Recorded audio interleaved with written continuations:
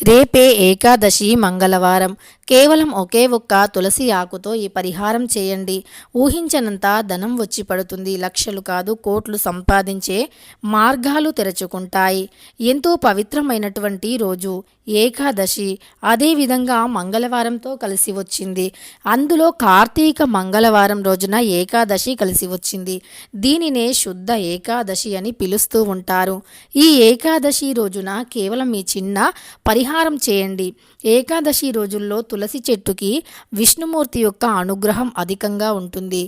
ఈ యొక్క తులసి చెట్టుని లక్ష్మీదేవి విష్ణుమూర్తుల స్వరూపంగా భావిస్తూ ఉంటాము. అలా తులసి చెట్టు ఎంతో పవిత్రమైనటువంటిది కనుక మర్చిపోకుండా తులసి చెట్టు యొక్క ఆకుతో ఈ పరిహారం చేయండి. తులసి అనేది కేవలం శాస్త్రపరంగానే కాదు, అంటే ఆధ్యాత్మికంగానే కాకుండా మనకు సైన్స్ పరంగా కూడా ఎంతగానో ఉపయోగపడుతుంది. ఆరోగ్యపరంగా కూడా ఉపయోగపడుతుంది. కనుక తులసి చెట్టుని ప్రతి ఒక్కరూ కూడా ఇంటి ముందు పెంచుకోవాలి. తులసి చెట్టుని ఇంటి ముందు పెంచుకోవటం వల్ల ఖచ్చితంగా మంచి ఫలితాలు కలుగుతాయి. అంతేకాదు మనకు ఇంట్లోకి నెగిటివ్ ఎనర్జీ కూడా రాకుండా ఉంటుంది. దైవానుగ్రహం కూడా తప్పకుండా లభిస్తుంది. తులసి లక్ష్మీ నారాయణుల స్వరూపం కనుక మర్చిపోకుండా కేవలం తులసి చెట్టు యొక్క ఆకుతో ఈ పరిహారం చేస్తే చాలు. మీ యొక్క జాతకం మారిపోతుంది. మీ జాతకంలో ఉండేటటువంటి చెడు ప్రభావాలు కూడా తొలగిపోతాయి. ఖచ్చితంగా అదృష్టం అనేది కలిసి వస్తుంది. అదృష్టకరమైనటువంటి జీవితాన్ని కూడా గడపగలుగుతారు. అయితే మరి తులసి ఆకుతో రేపు ఏ పరిహారం చేయాలో తెలుసుకుందాం. ముందుగా కార్తీక ఏకాదశి అంటే చాలా పవిత్రమైనటువంటిది. కార్తీక మాసంలో వచ్చినటువంటి ఈ ఏకాదశి అనేది ఎంతో పవిత్రమైనటువంటిది, విశేషకరమైనటువంటిది. ఈ యొక్క కార్తీక మాసంలో వచ్చిన ఏకాదశి రోజున కేవలం ఈ చిన్న పరిహారం చేస్తే చాలు. అలానే ఈ రోజున చేసే దానం, స్నానం, జపానికి, వెలిగించే దీపానికి ఎంతో పుణ్యం వస్తుంది. కోటి రెట్ల పుణ్య ఫలితం లభిస్తుంది. సాధారణ రోజుల్లో చేసేదానికన్నా కూడా ఈ యొక్క కార్తీక మాసంలో వచ్చిన శుద్ధ ఏకాదశి రోజున చేసేటటువంటి పూజలు, పరిహారాలు, వెలిగించే దీపం, దాన ధర్మములకి ఎంతో ప్రాధాన్యత ఉంటుంది. కార్తీక మాసంలో చేసే దానం, ధర్మం, స్నానం అనేవి మన దరిద్రాన్ని తొలగిస్తాయి. అందులో కార్తీక మాసంలో వచ్చినటువంటి ఏకాదశి అలానే ఏకాదశితో పాటు మంగళవారం ఎంతో మంచి రోజు కనుక ఈ యొక్క రోజున ఎవరైతే కేవలం ఈ చిన్న పరిహారం చేస్తారో వారికి కష్టాలు, తీరని కష్టాలైనా తొలగిపోతాయి. చాలామంది ఎంతో కష్టపడి పనిచేస్తూ ఉంటారు. ఆ కష్టానికి తగిన ప్రతిఫలం రాక చాలా బాధపడుతూ ఉంటారు. కష్టజీవులు అయినప్పటికీ ఎందులో కూడా ఫలితాన్ని చూడరు. ఎందుకంటే వారికి దైవానుగ్రహం అనేది కరువైపోతుంది. ఆ దైవానుగ్రహం కరువైపోవటం వల్లే వారు జీవితంలో విజయాలను చూడలేకపోతూ ఉంటారు. విజయవంతమైనటువంటి జీవితాన్ని గడపలేకపోతూ ఉంటారు. ఏది చేయాలి అన్నా అన్నీ కూడా కలిసి రావు. అన్నింటిలో కూడా విఫలమే అవుతుంది. అంతేకాదు ఒకటి కాదు, రెండు కాదు, చాలా రకాల సమస్యలు అనేవి ఎదురవుతూ ఉంటాయి. అలాంటివన్నీ కూడా తొలగిపోయి జీవితంలో ప్రతి విషయంలో కూడా విజయాన్ని పొంది ఆరోగ్యంగా, ఐశ్వర్యంగా ఉండాలి అన్నా మర్చిపోకుండా ఈ ఒక చిన్న పరిహారం చేయండి. తులసి దళాన్ని ప్రతినిత్యము ఉదయం నిద్ర లేవగానే రోజు ఒక ఆకుని తింటే గనక మంచి ఆరోగ్యం, అలానే మంచి ఐశ్వర్యం కూడా లభిస్తుంది. ఎందుకంటే మనలో ఉండేటటువంటి నెగిటివ్ శక్తి కూడా తొలగిపోతుంది. దైవశక్తి వస్తుంది. అందువల్ల ఎప్పుడూ మనం యాక్టివ్గా ఉండగలుగుతాము. అంతేకాదు యాక్టివ్నెస్తో పాటు జీవితంలో ఏదైనా సాధించాలి అనేటటువంటి పట్టుదలతో ముందుకు పోతూ ఉంటాము. అలా మంచి పట్టుదలతో ముందుకు పోవటానికి కూడా ఈ యొక్క పరిహారం అనేది ఉపయోగపడుతుంది. అలానే ఈ యొక్క ఆకుని, తులసి ఆకుని తినటం వల్ల మనకు ఈ విధంగా నెగిటివ్ శక్తులు బయటికి వెళ్ళిపోతాయి. అంతేకాదు మనకు దగ్గు, జలుబు వంటి సమస్యల నుండి కూడా విముక్తి లభిస్తుంది. తులసి ఆకుని తింటే జ్ఞాపక శక్తి కూడా పెరుగుతుంది. అందువల్ల మనం జీవితంలో ముందుకు సాగడానికి ఇంకా ఎక్కువగా ఆ జ్ఞాపక శక్తి అనేది తోడ్పడుతుంది. ఇక రేపు శుద్ధ ఏకాదశి కనుక ఉదయాన్నే నిద్రలేవాలి. ఇక ఏకాదశి రోజుల్లో తులసి చెట్టుకి నీటిని పోయకూడదు, అలానే తులసి ఆకులను కోయకూడదు అని శాస్త్రం చెబుతుంది.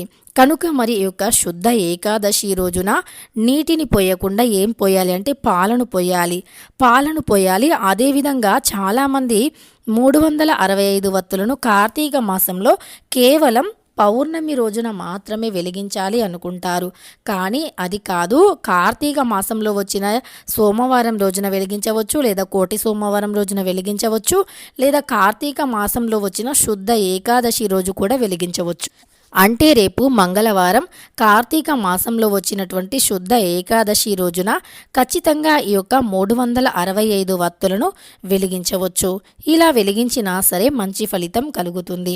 అంతేకాదు కార్తీక మాసంలో 365 వత్తులను తప్పకుండా వెలిగించాలి. అలా వెలిగిస్తే తప్పకుండా లక్ష్మీదేవి అనుగ్రహం అనేది లభిస్తుంది. కార్తీక మాసంలో వచ్చేటటువంటి ప్రతి ఒక్క రోజు కూడా పవిత్రమైనటువంటిదే. అలానే కార్తీక మాసంలో చేసే ప్రతి పూజ కూడా పవిత్రమైనటువంటిదే. ఈ మాసంలో 365 వత్తులను తప్పకుండా వెలిగించాలి. అదేవిధంగా ఈ యొక్క కార్తీక మాసంలో వచ్చిన ఏకాదశినే క్షీరాబ్ద ద్వాదశి అని కూడా పిలుస్తూ ఉంటారు. ఏకాదశి గడియలు అని కూడా అంటూ ఉంటాం. అయితే తెలుగు పంచాంగం ప్రకారం నవంబర్ 12వ తారీఖు మధ్యాహ్నం వరకు ఏకాదశి గడియలు ఉంటాయి. ఆ తర్వాత ద్వాదశి ప్రారంభమవుతుంది. నవంబర్ 13 బుధవారం ఉదయం 10:30కు ద్వాదశి గడియలు పూర్తవుతాయి. క్షీరాబ్ది ద్వాదశి పూజ సాయంత్రం జరుపుకుంటారు. కాబట్టి సాయంత్రానికి తిథి ఉండటం ప్రధానం. అందుకే క్షీరాబ్ది ద్వాదశిని నవంబర్ 12నే జరుపుకోవాలి అని పంచాంగం మనకు తెలియజేస్తూ ఉంది. ఇక ఈ యొక్క ఏకాదశి రోజున తులసి పూజకు ఎంతో విశిష్టత ఉంటుంది. హిందూ సంప్రదాయంలో తులసి పూజకి చాలా ఎక్కువ విశిష్టత ఉంటుంది. అయితే తులసి చెట్టు లేని ఇల్లు ఉండదు అని పండితులు అంటూ ఉన్నారు. అది ఉన్నా సరే అలాంటి ఇంట్లోకి ఎక్కువగా నెగిటివ్ ఎనర్జీలు ఉంటాయని పండితులు చెబుతున్నారు. అయితే ముఖ్యంగా కార్తీక మాసంలో ప్రతిరోజు తెల్లవారుజామున కానీ సంధ్యా సమయంలో కానీ తులసి మొక్క వద్ద దీపం పెట్టడం మన సాంప్రదాయంలో భాగం. తులసిలు ఎందుకు అంతటి ప్రాధాన్యతను కలిగి ఉంటుంది అంటే గనక తులసి యొక్క మధ్య భాగంలో ఉండే కాండంలో సప్తదేవీలు అంటే సమస్త దేవతలు ఆ అగ్ర భాగమునందు 4 వేదాలు మూలంలో పార్వతి పరమేశ్వరులు, అలానే తులసి యొక్క మూలలో అంటే తులసి చెట్టు యొక్క మూలలో సర్వ తీర్థాలు ఉంటాయి అని శాస్త్రం చెబుతుంది. అందుకే తులసి మొక్క వద్ద దీపం ఉంచి నమస్కరించుకోవాలి అని ఈ యొక్క అంటే దీన్ని బట్టి మనం అంటే సకల దేవతలు కూడా తులసి చెట్టులోనే ఉన్నారు అని నమ్మకం. అందుకే తులసి చెట్టుని తప్పకుండా పూజించాలి. అందులో కార్తీక మాసంలో తప్పకుండా, అందులోనూ కార్తీక మాసంలో మంగళవారంతో కలిసి వచ్చిన ఏకాదశి రోజు తప్పకుండా తులసి చెట్టుని పూజించాలి. తులసి యొక్క అంటే తులసి చెట్టు యొక్క కళ్యాణాన్ని కూడా చేస్తూ ఉంటారు. తులసి వివాహం అని కూడా అంటూ ఉంటాము. ఇక క్షీరాబ్ది ద్వాదశి రోజునే తులసి కళ్యాణం ఎందుకు చేయాలో ఇప్పుడు తెలుసుకుందాం. వ్యాస మహర్షి రచించినటువంటి స్కంద పురాణం ప్రకారం కాలనేమి కుమార్తె బృందావనం నుండి బృందన జలమందున పెళ్లాడుతాడు. బృంద అందగత్తె కాకుండా పవిత్రమైనటువంటి పతివ్రత కూడా. ఈ యొక్క జలంధరునికి చావు లేకుండా వరం ఉంటుంది. ఏ రోజైతే తన భార్య బృంద తన ప్రాతివ్రత్యాన్ని కోల్పోతుందో ఆ నిమిషంలోనే జలంధరుడు మరణించే శాపం ఉంటుంది. అయితే ఆ యొక్క రాక్షసుడు అంటే జలంధరుడు అనే రాక్షసుడు దర్పణంతో కళ్యాణంలో అంటే లోకాన్ని పీడించేటటువంటి రాక్షసుడు గంధర్వాన్ని అంటే ఆ యొక్క ఎవరైతే రాక్షసుడు ఉన్నాడో తమ గర్వాన్ని అణచడానికి శ్రీహరి పూనుకుంటాడు. ఒకసారి జలంధరుడు మితిమీరిన గర్వంతో పరమశివుడి మీదకు కూడా దండయాత్రకు బయలుదేరుతాడు. అదే మంచి సమయముగా భావించి లోక కంఠుడైనటువంటి జలంధరుని యొక్క సంహారానికి శ్రీ మహావిష్ణువు జలంధరుని రూపం దాల్చి బృంద పాతివ్రత్యాన్ని శ్రీ మహావిష్ణువు జలంధరుని రూపం ఎత్తి బృంద దగ్గరికి వెళ్ళి బృంద యొక్క పాతివ్రత్యాన్ని అపహరిస్తాడు. బృంద పాతివ్రత్యం అనేది ఇన్నాళ్ళు అంటే బృంద యొక్క పాతివ్రత్యం అనేది ఇన్నాళ్ళు ఆ యొక్క రాక్షసుని ప్రాణాలు అనేవి పోకుండా అంటే కాపాడుతూ వచ్చింది.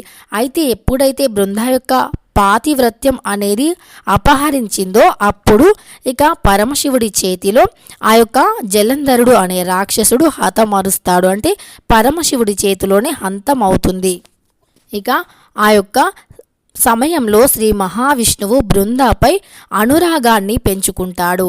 అంతటా ధాత్రి, లక్ష్మి, గౌరీదేవి ముగ్గురు తమ ఆశలతో 3 గింజలను సృష్టించి భర్త మరణంతో సతీ సహగమనం చేసిన బృంద చింత భస్మంలో వానిని కలపమంటారు. అప్పుడు గౌరీ ఇచ్చినటువంటి గింజ నుండి తులసి, లక్ష్మి ఇచ్చినటువంటి గింజ నుండి ఉసిరిక, ధాత్రి ఇచ్చిన గింజ నుండి మాలతి ఉద్భవిస్తారు. వీటిని చూసి విష్ణువు ప్రశాంతత చిత్తుడై ఉంటాడు. ఈ మొత్తం సంఘటన అంతా కూడా కార్తీక శుద్ధ ఏకాదశి నాడే జరిగింది. కాబట్టి దీన్నే క్షీరాబ్ది ద్వాదశి అని కూడా పిలుస్తూ ఉంటారు. ఇక చిలుక ద్వాదశి అని కూడా అంటారు. అలానే దీనినే అంటే ఏకాదశి తర్వాత వచ్చేది. అయితే ఏకాదశి రోజు కూడా ఎంతో పవిత్రమైనటువంటిది. ఈ రోజున తులసి యొక్క కళ్యాణం చేసినా లేదా ఏదైనా పరిహారం చేసినా మంచి ఫలితం లభిస్తుంది. చెడు తొలగిపోయి మంచి అనేది వస్తుంది. అయితే మరి తులసి ఆకుతో ఏ పరిహారం చేయాలో ఇప్పుడు తెలుసుకుందాం.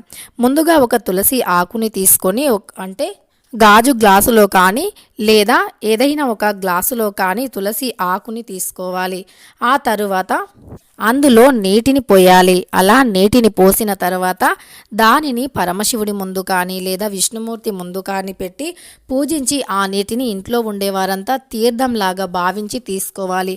అలా చేస్తే ఖచ్చితంగా లక్ష్మీదేవి అనుగ్రహంతో పాటు విష్ణుమూర్తి యొక్క అనుగ్రహం కూడా లభిస్తుంది. దరిద్రాలు పూర్తిగా తొలగిపోయి అదృష్టం అనేది కలిసి వస్తుంది. దరిద్ర బాధల నుండి విముక్తి అనేది లభిస్తుంది. ఈ విధంగా తులసి ఆకుతో చేసే పరిహారం అనేది ఎంతగానో ఉపయోగపడుతుంది. రేపు చాలా మంచి రోజు అంటే మంగళవారం, కార్తీక మంగళవారం రోజున మనకు శుద్ధ ఏకాదశి వస్తుంది కనుక ఆ రోజు తప్పకుండా రేపు ఈ యొక్క తులసి ఆకుతో పరిహారాన్ని తప్పకుండా చేయండి. ఖచ్చితంగా మంచి ఫలితాన్ని పొందండి. వీడియో నచ్చితే లైక్ చేయడం మర్చిపోకండి. ఇలాంటి ఎన్నో వీడియోస్ కోసం ఛానల్ని తప్పకుండా సబ్స్క్రైబ్ చేసుకోండి.